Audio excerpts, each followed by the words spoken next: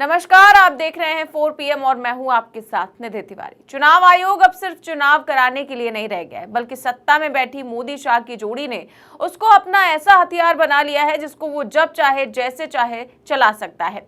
मुख्य चुनाव आयुक्त ज्ञानेश कुमार मोदी शाह के इशारों पर नाचने में एक्सपर्ट है। इसका भी एक और सबूत सामने आ गया है।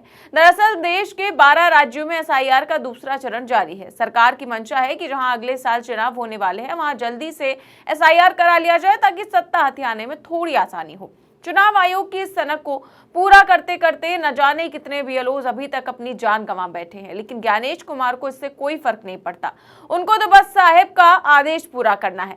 लेकिन सबसे खास बात यह है कि जहां पूरे देश के आम नागरिक अपने कागजात बटोरने में बिजी हैं, तो वहीं असम में SIR के नाम पर कोई दूसरा ही खेल करने की तैयारी चल रही है। और अब इसी खेल को लेकर योगेंद्र यादव ने मोदी शाह और ज्ञानेश कुमार की पूरी पोल पट्टी खोलकर रख दी है। जो यहाँ योगेंद्र यादव ने एक एक पॉइंट समझाते हुए बताया कि कैसे ज्ञानेश कुमार भाजपा के लिए वोट चोरी का पूरा इंतजाम कर रहे हैं। तो योगेंद्र यादव ने असम को लेकर ऐसा क्या बड़ा खुलासा किया है जिसको लेकर पूरे चुनाव आयोग के महकमे में हड़कंप मच गया है, आपको बताएंगे। साथ ही साथ ये भी बताएंगे कि कैसे ज्ञानेश कुमार विपक्ष के आगे बैकफुट पर आ गए हैं और उन्होंने अपना एक फैसला बदल दिया है। तो पिछले दिनों जब बिहार में SIR कराया गया था तो उसको लेकर बड़े बड़े आरोप लगे थे, कई तरह के सवाल खड़े हुए थे, मामला सुप्रीम कोर्ट तक में चला गया था। लेकिन ज्ञानेश कुमार ने बिना कोई जवाब दिए, बिना कोई क्लीन चिट मिले, बड़ी बेशर्मी के साथ SIR को सफल बताते हुए पूरे देश के 12 राज्यों में इसे लागू करने की तुगलकी फरमान सुना दिए। खास बात यह रही कि इन 12 राज्यों में वो 4 राज्य भी शामिल थे जहां अगले साल विधानसभा चुनाव होने हैं। मतलब चुनाव आयोग की मंशा साफ थी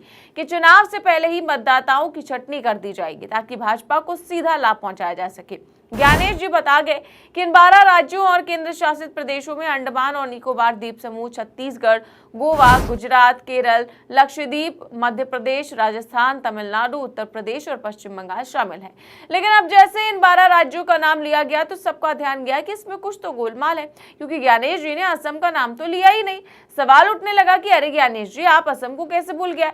क्या वहां पे अगले साल चुनाव नहीं होने, या फिर वहां भाजपा की सरकार पहले से बनी है तो वोट काटने की जरूरत ही नहीं है? इसको लेकर जब पत्रकारों ने ज्ञानेश जी से सवाल पूछा तो वो बोले कि अरे भाई, असम में मतदाता सूची के संशोधन की घोषणा अलग से की जाएगी। ऐसे में सवाल है कि जिस असम में बीजेपी सबसे ज्यादा घुसपैठिए का मुद्दा उछालती रही है और सबसे ज्यादा अवैध वोटरों का आरोप लगाती रही है, उसी राज्य के लिए SIR की घोषणा अभी तक क्यों नहीं की गई? लेकिन अब इसी को लेकर योगेंद्र यादव ने एक बहुत बड़ा खुलासा किया। योगेंद्र यादव ने एक वीडियो जारी करते हुए बताया कि कैसे ज्ञानेश कुमार ने पूरे देश के लिए और असम के लिए SIR फॉर्म को अलग अलग तरीके से तैयार किया है ताकि भाजपा के लिए वोट बैंक की जमीन तैयार करना आसान हो जाए। तो योगेंद्र यादव ने ज्ञानेश कुमार की सारी प्लानिंग का पर्दाफाश करते हुए क्या कुछ बताया है, गौर से सुनिए। SIR के पीछे चुनाव आयोग की असली नीयत का पर्दाफाश अगर करना है तो बस आप ये वाला कागज पढ़ लीजिए। ये असम का SIR का आदेश है। याद रखिए, चुनाव आयोग क्या कहता है, SIR इसलिए करनी है ताकि विदेशी घुसपैठियों की, जो लोग नागरिक नहीं हैं, उनकी शिनाख्त की जा सके। ठीक है भाई, इस देश में कौन सा एक राज्य है जहां विदेशी घुसपैठियों को लेके सबसे बड़ा बवाल मचा है? असम।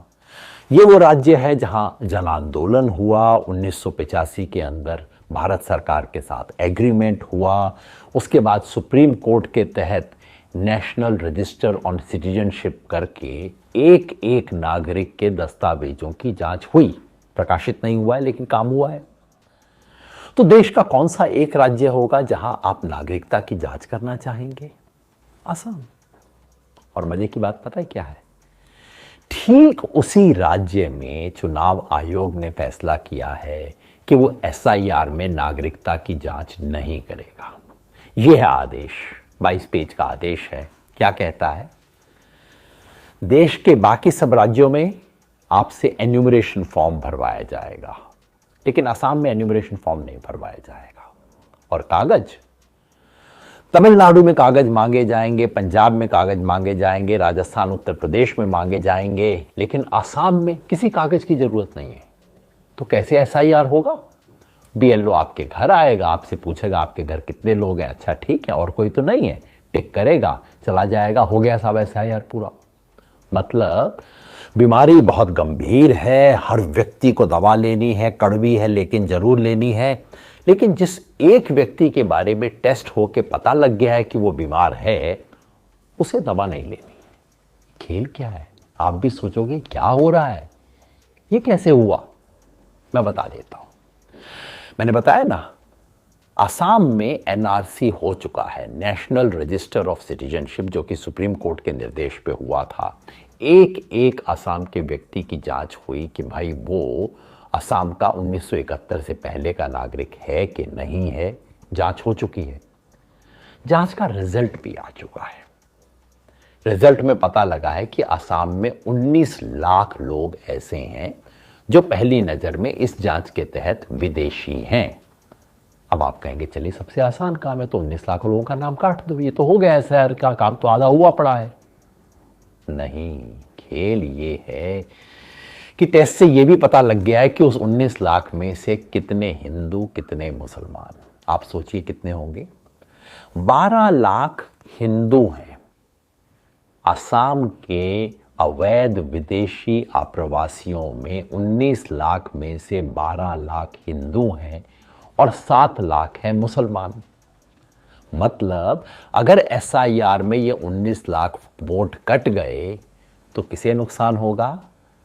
12 लाख वोट जो कि हिंदू हैं वो बीजेपी के जाएंगे, मुस्लिम जो हैं वो नॉन बीजेपी खाते में जाएंगे। और असम में बीजेपी ने जो अपनी राजनीति की शुरुआत की थी वो बंगाली हिंदू की राजनीति करके हुई थी, ज्यादातर वो जो कि बांग्लादेश से यहां आए थे। अब समझ रहे हैं? अब समझ गए क्यों चुनाव आयोग पूरे देश में नागरिकता की जांच कर रहा है, लेकिन जिस एक राज्य में होनी चाहिए वहां नहीं कर रहा? आ गई समझ बात? या और भी कुछ सबूत चाहिए आपको?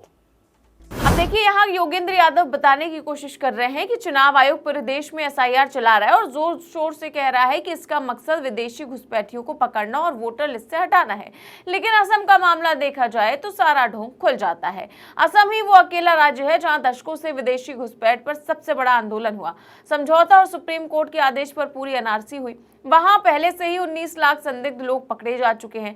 यानी सबसे पहले सबसे सख्त कार्रवाई असम में होनी चाहिए थी। पर हैरानी की बात यह है कि उसी असम में चुनाव आयोग ने लिखित में आदेश दे दिया कि एसआईआर के दौरान कोई नागरिकता जांच नहीं होगी। बाकी सारे राज्यों में फॉर्म भरवाओ, कागजात दिखाओ, लेकिन असम में सिर्फ फोटो खींचो और चलते बनो। वजह साफ है कि उन 19 लाख में 12 लाख हिंदू हैं जो ज्यादातर भाजपा को वोट देते हैं और सिर्फ 7 लाख मुसलमान। अगर इन्हें हटाया गया तो भाजपा को भारी नुकसान होगा। यानी जहां सचमुच विदेशी पकड़ने का मौका था वहां जानबूझकर आंखें बंद कर ली गई और बाकी देश में सिर्फ हिंदू वोटरों को डराने धमकाने का नाटक चल रहा है।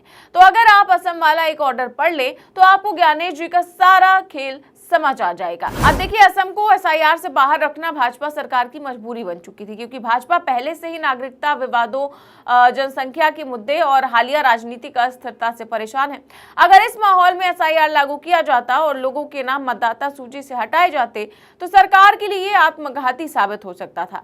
भाजपा ये जानती है कि असम में पहले से ही नागरिकता को लेकर जनता बहुत संवेदनशील है और इस समय अगर मतदाता सूची में छेड़छाड़ की गई तो उसका सीधा असर 2026 के विधानसभा चुनावों पर पड़ेगा। इसीलिए मोदी शाह ने एक ऐसा प्लान तैयार किया जिससे सांप भी मर जाए और लाठी भी ना टूटे। और मोदी शाह के इसी प्लान को जमीन पर उतारने वाले हैं ज्ञानेश कुमार। इस बीच एक और खबर आपको बता दें कि ज्ञानेश कुमार ने एक और बड़ा फैसला लिया है। जैसा कि आप जानते हैं कि एसआईआर की जो प्रक्रिया है उसको 1 महीने में पूरा करने का लक्ष्य रखा गया था और तमाम बीएलओज इसके चलते अपनी जान भी दे रहे थे, क्योंकि उन पर प्रेशर इतना था। इसी को देखते हुए ज्ञानेश कुमार ने अब विपक्ष की ज्यादा नहीं तो थोड़ी तो बात मानी, क्योंकि विपक्ष लगातार मांग उठा रहा था कि इसकी समय सीमा बढ़ाई जाए। तो ज्ञानेश कुमार ने 1 हफ्ता आगे इसको बढ़ा दिया। यानी अब एसआईआर फॉर्म जो है वो 11 तारीख तक, 11 दिसंबर तक भरे जा सकेंगे और इसको लेकर के उन्होंने नया जो लेटर है वो भी जारी कर दिया है। ऐसे में अब सवाल उठता है कि जिस तरीके से विपक्ष की ये मांग मानी गई है कि आगे भी सारी मांगे मानी जाएंगी, क्योंकि लगातार बीएलओ जो है वो आत्महत्या कर रहे हैं, उनके ऊपर बिल्कुल ही पहाड़ टूट पड़ा है और लगातार इस तरीके की खबरें आ रही हैं। हालांकि अब 1 हफ्ते का जो टाइम दिया गया है, माना जा रहा है कि इससे ज्यादा नहीं तो थोड़ी तो राहत मिलने के आसार हैं। फिलहाल इस पूरे मामले को लेकर आप क्या सोचते हैं, हमें कमेंट बॉक्स में अपनी राय जरूर दें। चैनल को सब्सक्राइब भी करें और ज्वाइन भी करें। नमस्कार।